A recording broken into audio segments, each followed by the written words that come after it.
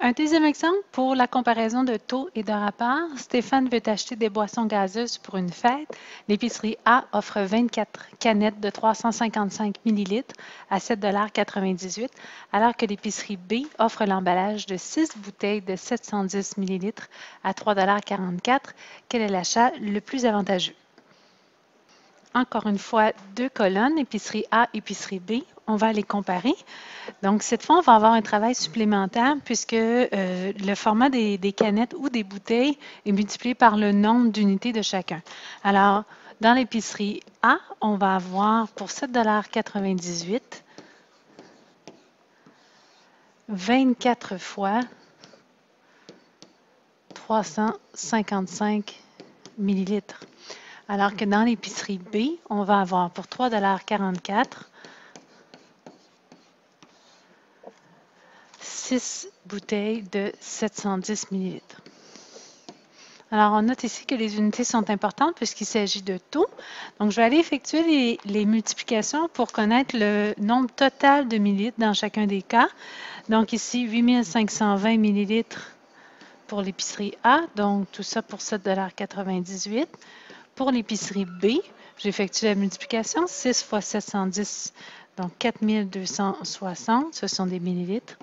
Et c'est pour 3,44 $. Donc, cette fois, contrairement au premier exemple où le numérateur était facile à convertir pour obtenir le même numérateur, cette fois-ci, c'est plus difficile. On a 7,98 $, 3,44 $.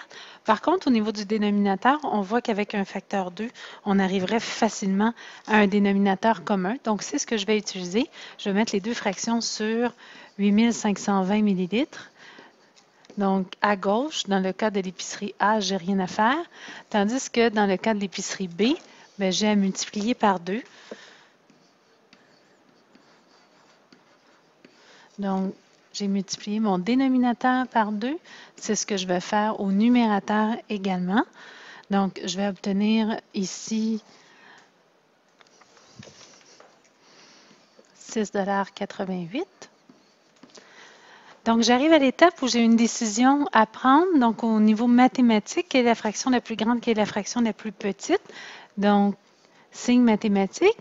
Et cette fois, je vais me poser la question, est-ce que j'ai avantage à y aller avec la fraction la plus petite ou la plus grande? En fait, je cherche le prix le plus petit pour 8520 millilitres. Donc, l'achat le plus avantageux dans notre cas présent serait l'épicerie B.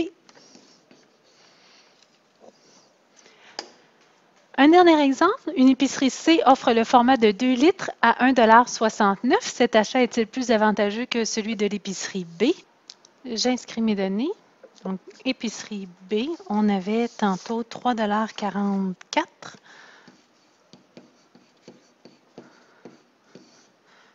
Pour, on l'avait calculé, 4260 millilitres, tandis que l'épicerie C, 1,69 $ pour 2 litres. Donc, on avait dit au tout début qu'il est important de vérifier la concordance des unités. Donc, ici, on a des dollars par millilitre, alors qu'à côté, on a des dollars par litre. Ça va être important d'en tenir compte quand on va faire la comparaison, puisqu'évidemment, si on va avoir des taux comparables, il faut que les unités, elles, soient les mêmes. Donc, du côté de l'épicerie B, je vais aller mettre ça en litres, question d'avoir les mêmes unités qu'à côté, donc 3,44 $ pour 4,26 litres. L'épicerie C, 1,69 $ pour 2 litres. Quand on a fait le premier exemple, on a vu qu'il était facile d'obtenir un numérateur commun. Quand on a fait le deuxième exemple, on a vu qu'il était facile d'avoir un dénominateur qui était commun. Ici, on voit que dans un cas comme dans l'autre, ce serait un peu difficile avec les valeurs d'obtenir facilement un numérateur ou un dénominateur commun. Donc ici, je vais opter pour la technique du quotient, c'est-à-dire que je vais diviser mon numérateur par mon dénominateur, ce qui va en fait me donner un taux unitaire. Donc, je vais diviser ici pour obtenir ma quantité par litre. Donc, je vais diviser par 4,26. Si j'effectue la division au dénominateur, je vais également l'effectuer au numérateur. Je vais obtenir ici environ 0,81 $. Il est possible ici d'arrondir. tant et aussi longtemps que ça ne gênera pas la comparaison mathématique puis éventuellement notre décision. Donc, si je vais faire le calcul à côté, puis je cherche mon montant par litre, je vais diviser par 2 au dénominateur comme au numérateur.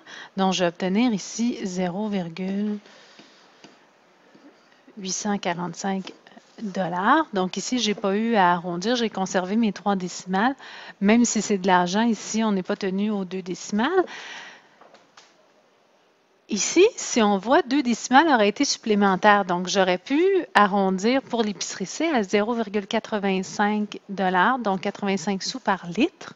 Puis, je n'aurais pas influencé ma décision. Par contre, si j'avais ici arrondi au dixième près, j'aurais obtenu dans les deux cas 0,8, donc 80 sous par litre dans les deux épiceries. Puis à ce moment-là, j'aurais pu être tentée d'inscrire que mes deux taux étaient égaux, ce qui est faux. Donc, on conserve le nombre de décimales nécessaires pour ne pas fausser notre comparaison mathématique. Donc, ici, voici. Donc, j'ai 81 sous par litre à l'épicerie B, alors qu'à l'épicerie C, on m'offre le litre à 85 sous approximativement. Donc, l'achat le plus avantageux ici est à l'épicerie B. Voilà, je vous remercie.